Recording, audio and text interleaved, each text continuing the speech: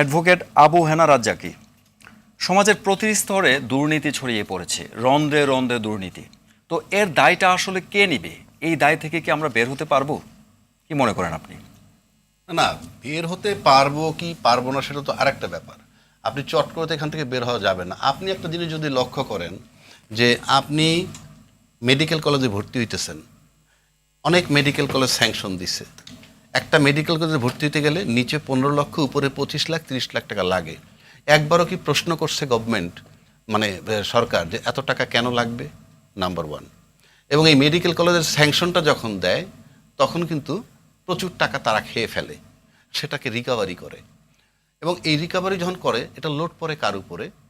বাবা মার উপরে। প্রাইভেট পড়ায়, এবং এই লোড পেলে বাবা মা ফ্ল্যাট বিক্রি করেও বাচ্চারে পড়াইছে, এমনও আছে। এবং ফ্ল্যাট বিক্রি করে যখন নিঃশেষ হয়ে যায় সে, তখন না পায় মেডিকেল কলেজে একটা চাকরিও সে পায় না, এবং একটা প্রাইভেট অ্যারেঞ্জমেন্টও করতে পারে না, সে চিকিৎসাটা করবে। তাহলে আপনি নিঃস্ব হয়ে যাচ্ছেন পড়ার নামে। ইভেন আপনি যদি, আমরা ভর্তি বাণিজ্য দেখছি যে এডমিশনের সময় আপনাকে ডোনেশন দিতে হয়। এই কি বলে, রাশেদ খান মেনন টেনন যারা এই ভিখারুন্নেসার দায়িত্বে ছিল, এবং এটা এক্সাম্পল দিলাম উনি, কালকে আমারই দিলে আমি একই জিনিস করব। এই যখন আমার অ্যাটিটিউড, এই জন্য একটা কথা আছে যে law can put a brake on crime, it cannot change the attitude of man. মানুষের অ্যাটিটিউডের পরিবর্তন করতে হবে, আর সেই অ্যাটিটিউডের পরিবর্তন করতে দেয় না কারা? সেটা হলো পলিটিশিয়ানরা। কেন দেয় না আমি বলি। আপনি বলেন তো, এই জুলাই আন্দোলনে যারা রাস্তায় ছিল, গুলি খাইছে, ইত্যাদি ইত্যাদি, আপনি বাংলাদেশের বিগত 53 বছরের যদি ইতিহাস আপনি টানেন, যারা যারা নেতা ছিল, তাদের কোন নেতার কোন ছেলে কোন নাতি মাঠে ছিল? অর্থাৎ কিল তোর দৌড় আমার, অর্থাৎ মাইর খাবি তোরা, রাজত্ব করব আমরা। বিষয়টা এইরকম। শুধু তাই না, আমি একটু অ্যাড করি যে সাবেক এক অর্থমন্ত্রী বলেছিলেন ঘুষকে স্পিড মানি। হ্যাঁ, আবুল মাল আব্দুল মুহিত। হ্যাঁ, যারা সরকার থেকে দুর্নীতি দমন করবে তাদের মুখ থেকে যদি এই ধরনের কথা আসে, তাহলে এই সমাজ থেকে কিভাবে দুর্নীতি মুক্ত হবে? এটার জন্য তো আপনার ট্রান্সপারেন্সি দরকার, আপনার ট্রান্সপারেন্ট হতে হবে। প্রথম কথা হলো আপনার ট্রান্সপারেন্ট হন।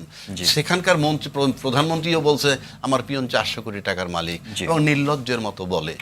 এই যে বিষয়গুলো, এইগুলো তো আপনার মেন্টাল একটা চেঞ্জ আপনার ভিতর থেকে আসতে হবে। আপনাকে টাচ করে না। এখনও আপনি বহির্বিশ্বে বিষয়ে বলতেছেন আমার কি অপরাধ, আমি কি দোষ করেছি। এটা যে বলে, সে আর যাই হোক, আমি নিশ্চিত করে বলতে পারি সে একটা সুস্থ মস্তিষ্কের মানুষ নয়। জি, যেটা কথা বলে, সেটা আমার বাপও যদি বলে একই কথা, যে এত কিছু ঘটার পরও যখন বলে আমি কি অপরাধ করেছি, আমার কি দোষ ছিল, হ্যাঁ, সেটাকে আমি আর কিছু না হোক, একটা বিকারগ্রস্ত মানুষ ছাড়া আমি কিছু বলতে পারি না। এখন এটা বললেই বলবে উনি তো চলে গেছে। এখন এই যে সরকার, এখন আমরা যে দুর্নীতির ইস্যুটা এইখানে আনছি, সরকারকে আপনার টাইম দিতে হবে। আপনার টাইমও দিবেন না, দুর্নীতি দূর করতে চান, এটা কি হবে? আমি যার জন্য বলেছিলাম যে রাজনীতিবিদরা বলছেন যে রাজনীতিবিদরা নির্বাচিত হওয়ার পর নির্বাচিত সরকারের কাছে যদি ক্ষমতাটা হস্তান্তর করে, তখন সব প্রশাসন সব কাজ করবে। এটা বলতেছে সবাই, এটা আমি বানায় বলছি না। তো এই যে প্রশাসন কি ফর্মুলায় নামবে, দয়া করে একটু ইউনূস সাহেবরে দেন না বুদ্ধিটা। এই ব্যাপারটা কয়দিন থাকবে আল্লাহ মাহবুব জানে, যে ওই কয়দিন যাতে প্রশাসন তাকে কোঅপারেট করে। যেই প্রশাসন ইউনূস সাহেবকে কোঅপারেট করে না, সেই প্রশাসন নির্বাচনের সময় আপনি সঠিক নির্বাচন করবে, এই আস্থা আপনার আসলো কেন? Number one. নাম্বার টু, যে ইউনূস সাহেব সব জায়গায় ব্যর্থ, এমন কোনো সেক্টর নাই, আমি খুললেই শুনি ব্যর্থ ব্যর্থ ব্যর্থ, আমি তর্কের খাতিরে ধরে নিলাম ব্যর্থ। তো সে একটা সুষ্ঠু নির্বাচন করবে, সেখানে আপনাদের আস্থাটা কেন? এ তো সবটাই ব্যর্থ হয়। আপনি নিশ্চিত কেমনে হইলেন যে উনি একটা সুন্দর নির্বাচন দিতে পারবে? 3 নম্বর, আপনার দেশটাকে এত ভালোবাসেন, দেশের মানুষ আপনাদের কলিজার টুকরা। রাজনীতিবিদরা বলতেছেন, যারা মনে করেন নির্বাচনতে ক্ষমতা আসবেন, এবং ইউনূস সাহেব প্রতিদিন ক্ষতি করতেছে চোখের সামনে, দেশটা ধ্বংস করে দিতেছে। যদি তাই হয়, আপনারা কেন মানতেছেন যে ডিসেম্বর পর্যন্ত আমরা ওয়েট করে নির্বাচন দিবে? ডিসেম্বর তারিখ দিচ্ছে ইউনূস সাহেব, আপনি কেন মানতেছেন? আপনি তো দেশের ভালোবাসেন। আপনার ফরগেট অ্যাবাউট ইউনূস দরকার নেই তো আমার। আমি দেশকে ভালোবাসি, জনগণকে ভালোবাসি। দেশটার ক্ষতি করতেছে, কাজে কালকে ইউনূস সাহেবের সাথে দেখা করেন, দেখা করে বলেন জাস্ট গেট লস্ট, আপনি চলে যান, দেশের ক্ষতি হচ্ছে, দুর্নীতি রোধ হচ্ছে না, চাঁদাবাজি বন্ধ হচ্ছে না, আপনি চলে যান নির্বাচন দিয়ে, আমরা সেইটা বলার সাহস তো আমি দেখছি না কাউকে। মানে আমি খুব লজিক্যালি বলতেছি। তো আপনি দেশটা ক্ষতিগ্রস্ত হিসেবে তাকায় তাকায় দেখবেন, আর তার কাছে আমি নির্বাচন চাইতে পারবো না, আর সে ডিসেম্বরে নির্বাচন দিবে, আমি মেনে নিব কেন? আমি মানতে চাই না।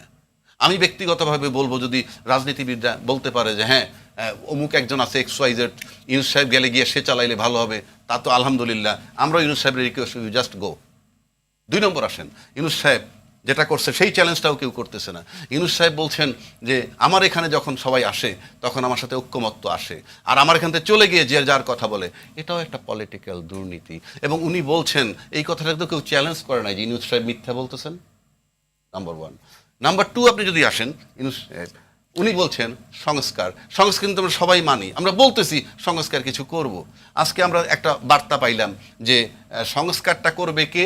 সংস্কারটা করবে, সংস্কারের প্রস্তাবটা কার্যকর করবে ক্ষমতায় যে আসবে সে। তো সংস্কার প্রস্তাব আপনি কার্যকর যদি ক্ষমতায় এসে করেন, এখন করতে বাধাটা কোথায়? আপনি তো করবেন বলছেন, তো করবেন বললে আমি এখন মানলে দোষটা কি? কথার কথা, জি। তর্কের খাতিরে আমি বলছি। সেক্ষেত্রে ইউনূস সাহেব যে কথাটা বলছেন যে আমার কাছে সংস্কারের ব্যাপারে আমি সবাই বলছি, কে কতটুকু মানেন, কে কোন সংস্কারটা কতটুকু মানেন সেটা আমাকে জানান, লিখিতভাবে জানান, আমি এটা ওয়েবসাইটে দিয়ে দিব। জি। এই যে জিনিসগুলা, সে কিন্তু একটা মুখোশ উন্মোচন করতেছে যে রাজনীতিবিদদের বৈশিষ্ট্যগুলো কি, সেটাও কিন্তু কেউ চ্যালেঞ্জ করছে না। মানে আমার জায়গাটা হলো ওইখানে। সুতরাং আমাদের কাছে পরিষ্কার বোঝা যায় যে ইউনূস সাহেবের সামনে যে আমরা দুর্নীতি নির্মূলের চ্যালেঞ্জ করব, we are not giving him the privilege. আমরা তো তাকে সুযোগ দিচ্ছি না। সকাল বিকাল সন্ধ্যা পর্যন্ত হি ইজ আন্ডার প্রেশার, এবং তারপরে যে সে এভাবে বসে আছে, এখন সবাই শুনবে আর বলবে কি আমি ইউনূস সাহেব নিয়ে। নো, কালকে ইউনূস সাহেব চলে যাক, আবার যিনি আসবেন সে যদি খারাপ করে, আমি তাকে খারাপই বলবো। ইউনূস সাহেবের খারাপ দিক আছে, ইউনূস সাহেবের খারাপ দিকটা আছেই উনি নোবেল পাইছেন শান্তিতে, এবং উনি যেহেতু রাজনৈতিক কমিটমেন্ট নাই, ওনার কোনো ঠেকা নাই। ঠেকা নাই কেন? তোমরা মারামারি করো, আমার কি? আমি বলতেছি তোমরা আমার কথা শোনো, শুনবা না তো মারামারি করো গিয়ে। মারামারি করলে লোকসানটা কার হবে? ইউনূস সাহেবের রাজনৈতিক অভিলাষ নাই, কনফার্ম। আমি কেন, সবাই কনফার্ম যে তার রাজনৈতিক অভিলাষটা নাই। আবার কেউ কেউ বলেন উনি ক্ষমতা থেকে কিংস পার্টি করতেছে। What is call kings party? Kings পার্টির সংজ্ঞাই তো জানে না। কিংস পার্টির সংজ্ঞাটা হইল ক্ষমতায় থেকে দল গঠন করবে এবং সেই দলের প্রধান তিনি হবেন যিনি ক্ষমতায় থেকে সবার প্রধান আছেন। এখন পর্যন্ত পার্টির নাম ঘোষণা হয় নাই, আমরা কিংস পার্টি। এই হলো আমাদের পলিটিক্যাল দূরদর্শিতা। তো আমাদের সেখান থেকে তো বুঝতে হয় যে কোথায় আমাদের গ্যাপ। সুতরাং দুর্নীতি দূর করার প্রথম ক্রাইটেরিয়া হইল আমাকে বুঝতে হবে যে আমি নিজে স্বচ্ছ কিনা। যিনি স্বচ্ছ, যদি স্বচ্ছ মনে করেন রাজনীতিবিদরা, কালকে সকালে ইউনূস সাহেবকে বের করে দেন। কারণ ইউনূস সাহেবের কাছে তুলনায় আপনাদের শক্তি এখন অন্তত 50 গুণ বেশি। কারণ ইউনূস সাহেবের ছাত্ররা নিয়োগ দিছে, ছাত্ররা রাষ্ট্রপতিকে সরাইতে পারে নাই, কারা? রাজনৈতিক দলের কারণে। এই যে ডক্টর ইউনূসকে নিয়োগ দিয়েছেন, এটা আমরা দেখেছি যে তরুণরা, এই যে বর্তমান 2024-এর পরে যে এই তরুণরা দেশকে নতুন একটা মাত্রায় নিয়ে এসেছে, তো এই তরুণরা কি আপনি মনে করেন এই তরুণরা দুর্নীতিমুক্ত একটা দেশ উপহার দিতে পারবে? এই জায়গাটা আপনার মতামত কি? তাকে কি দেশ চালাইতে দিছি আমরা? আপনি তো আগে, আমি বলতে পারবো না।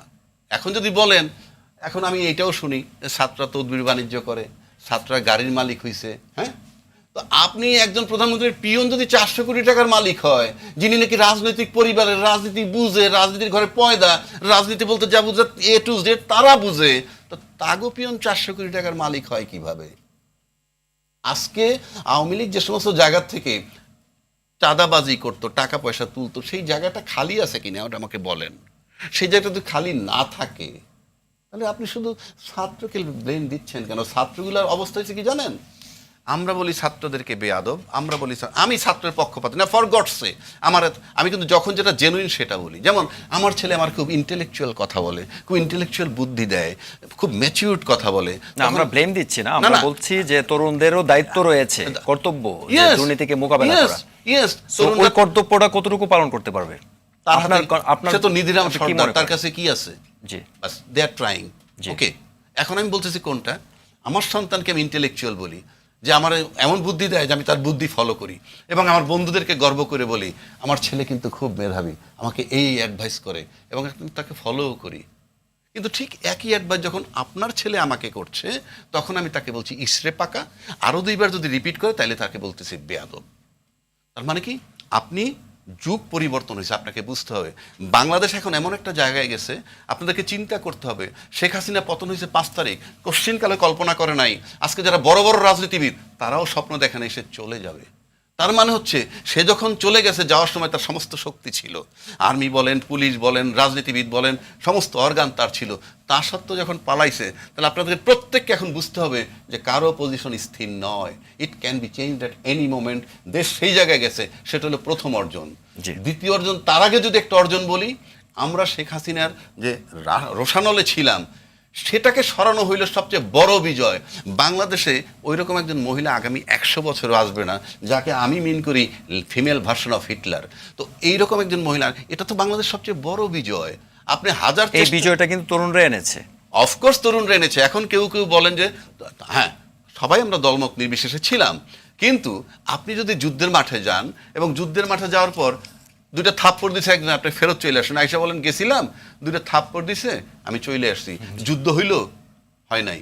আর এই ছেলেদের বেলায় পুলিশ কি বলছে স্বরাষ্ট্রমন্ত্রীকে? এডারে মারি এডাই মরে, বাকিগুলি সরে না।